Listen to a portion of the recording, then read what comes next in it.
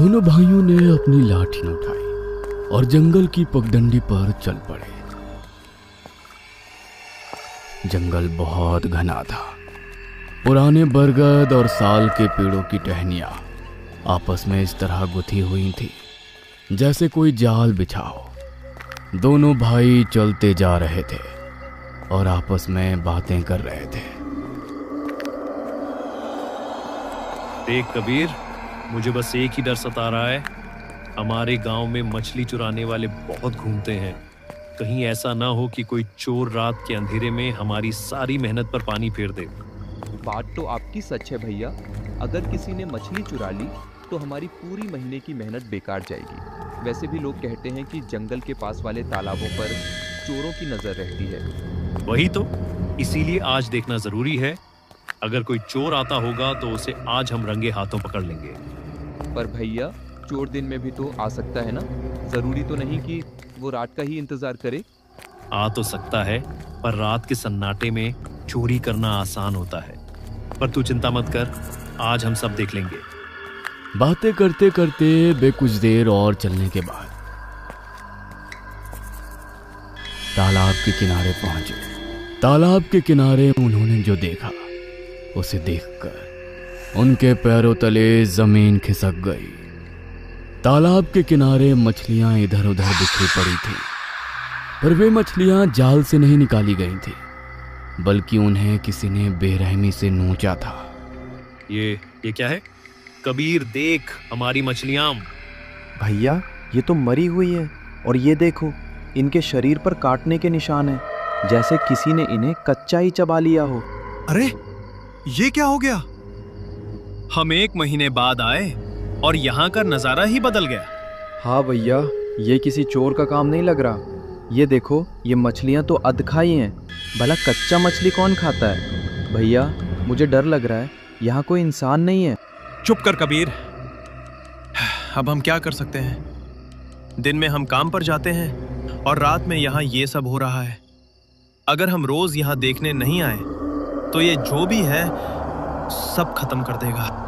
भैया, अब से हम रोज रात को आएंगे, चाहे खेत से थक कर आए, पर यहाँ आना ही पड़ेगा, वरना हमारी जमा पूंजी मिट्टी में मिल जाएगी। ठीक है, पर अभी यहाँ रुकना ठीक नहीं। ये मछलियां जिस तरह खाई गई हैं वो बहुत डरावना है। चल, घर लौटते हैं। दोनों भाई भारी मन से वापस घर की ओर मुड़े। रास्ते भर उनके दिमाग में वही मछलियां घूम रही थी। तभी उनकी नजर ऊपर एक ऊंचे पेड़ की टहनी पर पड़ी। वहां एक औरत बैठी थी, लंबे बिखरे बाल। भैया, वो देखो, पेड़ के ऊपर। वो कौन है? भाग कबीर, भाग! दोनों भाई अपनी पूरी ताकत लगाकर झोपड़ी की तरफ दौड़ने लगे। पीछे से एक डरावनी हंसी गूंज रही थी। वे भागते भागते अपनी झोपड़ी के अंदर घुसे और तुरंत दरवाजा बंद कर लिया। दोनों जोर जोर से हाँफ रहे थे। तूने देखा कबीर? वो क्या था? भैया, वो वही चुड़ैल थी, वही हमारी मछलियां खा रही है। मैं तो अब कभी उस तालाब पर नहीं जाऊंगा। डर तो मुझे भी लग रहा है भाई, पर सुबह होने दे, देखते हैं क्या करना है। अभी सो जाते हैं, रात बहुत काली है। उस रात दोनों भाइयों की आंखों से नींद गायब थी। वे बस सुबह होने का इंतजार कर रहे थे।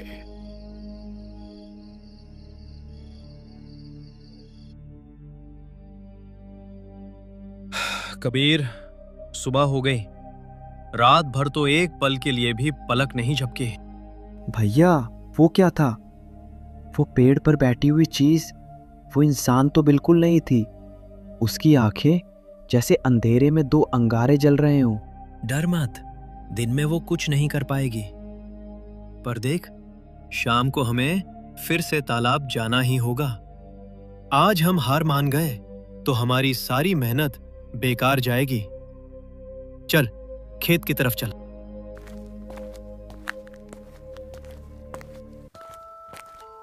कबीर, तूने कल रात ध्यान दिया था? वो मछलियां, कोई जानवर होता तो उन्हें पूरा निगल जाता, पर वो तो ऐसी थीं जैसे किसी ने बस चखा हो और फेंक दिया हो। हाँ भैया, और वो हड्डियाँ जैसे किसी ने दांतों से कतर दिया हो। भैया मुझे तो लगता है कि वो औरत कोई इंसान नहीं बल्कि कोई बुरी आत्मा है जो हमारी मछलियों का खून पी रही है। हो सकता है, पर आज रात हम पूरी तैयारी के साथ जाएंगे। चल जल्दी काम खत्म कर, शाम होने वाली है। शाम ढल गई। दोनों भाइयों ने घर पहुंचकर सूरज डूबते ही जंगल का रंग मटमैला हो गया था। जैसे ही वे जंगल के रास्ते पर आगे बढ़े, आज माहौल कल से भी ज्यादा भारी था। ऐसा लग रहा था जैसे जंगल की हवा भी उनका रास्ता रोक रही हो। भैया आज बहुत ज़्यादा सन्नाटा नहीं है। कल तो झींगुरों की आवाज़ आ रही थी, पर आज तो जैसे सब मर गए हों। चुप रहे कबीर, सन्नाटे में ज्यादा बातें नहीं करते, बस अपनी नजरें चारों तरफ रख। आज हमें तालाब तक पहुंचना ही है।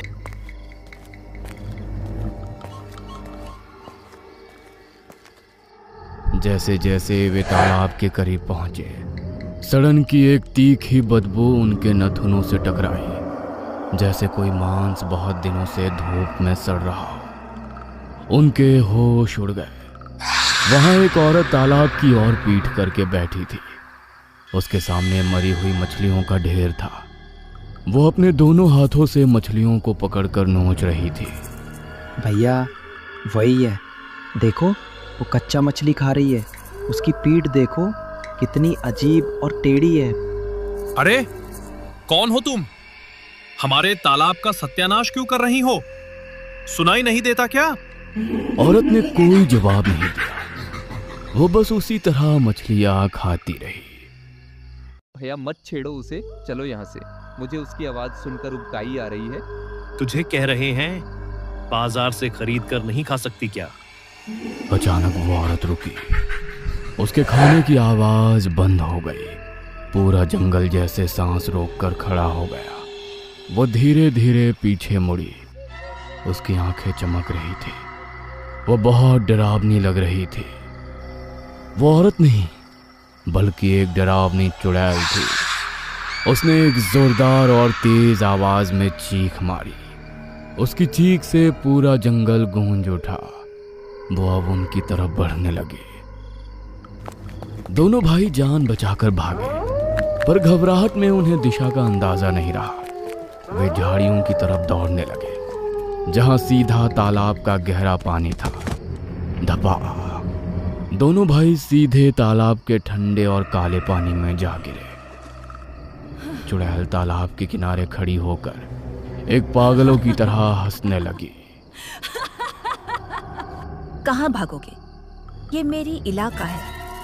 मेरी मछलियां चुराने आए थे। अब तुम दोनों मेरा भोजन बनोगे। हम चोर नहीं हैं, ये हमारा तालाब है। हमने इसे बनाया है। तू कौन है? हमें जाने दे। अब यहाँ कोई तुम्हारा नहीं है, सब मेरी है। आ जाओ बाहर, वरना मैं अंदर आ जाऊंगी।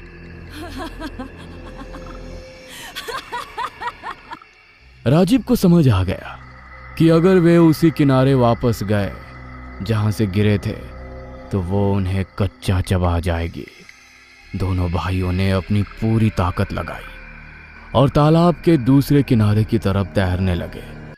पानी भारी लग रहा था, जैसे नीचे से कोई उन्हें खींच रहा हो।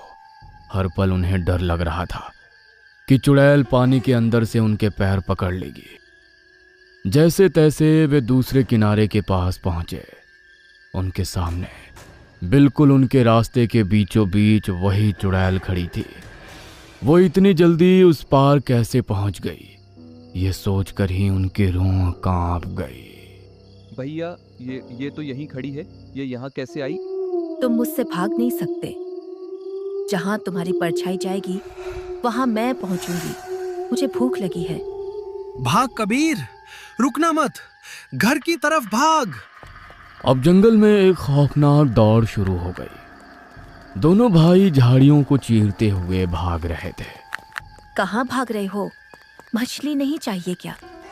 तुम भाग जाओगे तो मैं सारी मछलियाँ खा जाऊंगी और फिर तुम्हारे घर आऊंगी। दोनों भाई भागते भागते अपनी झोपड़े में पहुंच गए। बाहर सन्नाटा छा गया, लेकिन वो सन्नाटा और भी डरावना था। तभी दरवाजे पर एक जोरदार दस्तक हुई। अंदर छुपकर नहीं बचोगे, मैं आ रही हूँ। झोपड़ी के अंदर का माहौल किसी शमशान जैसा शांत था, लेकिन बाहर से आने वाली धक धक की आवाजें कलेजा चीर रही थी। बाहर सन्नाटा छा गया, जो उन आवाजों से भी ज्यादा डरावना था। चुप रह कबीर, आवाज मत कर। अगर उसे पता चला कि हम डरे हुए हैं तो वो और हमला करेगी। अपनी लाठी उठा और कोने में खड़ा हो जा। भैया आज रात हम नहीं बचेंगे। वो चुड़ैल हमें छोड़ने वाली नहीं है। उसने कहा था कि वो हमें मछली की तरह कच्चा चबा जाएगी। हिम्मत मत हार छोटा भाई, जब तक मेरे हाथ में ये कुल्हाड़ी है मैं उसे तुझे छूने नहीं दूंगा। बस सुबह होने का इंतजार कर, सूरज की पहली किरण के साथ ये बुरी शक्तियां गायब हो जाती हैं। राजीव, कबीर, बाहर आओ। देखो, मैं तुम्हारे लिए ताजा मछली लाई हूँ, कच्ची और मीठी। क्या तुम्हें भूख नहीं लगी? बाहर फिर से सन्नाटा छा गया, लेकिन इस बार हवा में एक ऐसी आवाज गूंजी जो बिल्कुल उसकी माँ जैसी थी।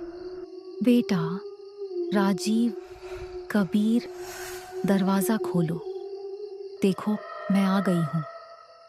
बहुत ठंड लग रही है बाहर।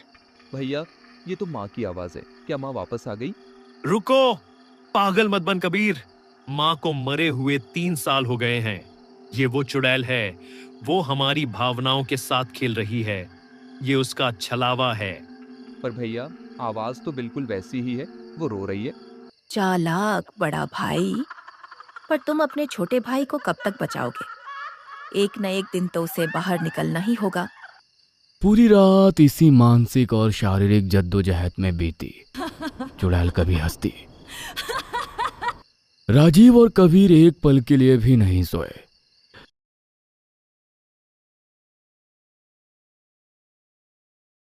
लगता है वो चली गई। भैया, क्या हम अब सुरक्षित हैं? हाँ कबीर, अब से हम पूरी तरह से सुरक्षित हैं। अब हम उसे तालाब के पास कभी नहीं जाएंगे। भले ही वो हमारा हो, लेकिन तालाब से जान प्यारे हैं हमें। उस दिन से वो दोनों भाई उस तालाब की तरफ मुड़कर भी नहीं देखे। वो उस तालाब की तरफ उस दिन से कभी नहीं गए। दोनों भाई बस खेती करके ही अपना जीवन बिताने लगे।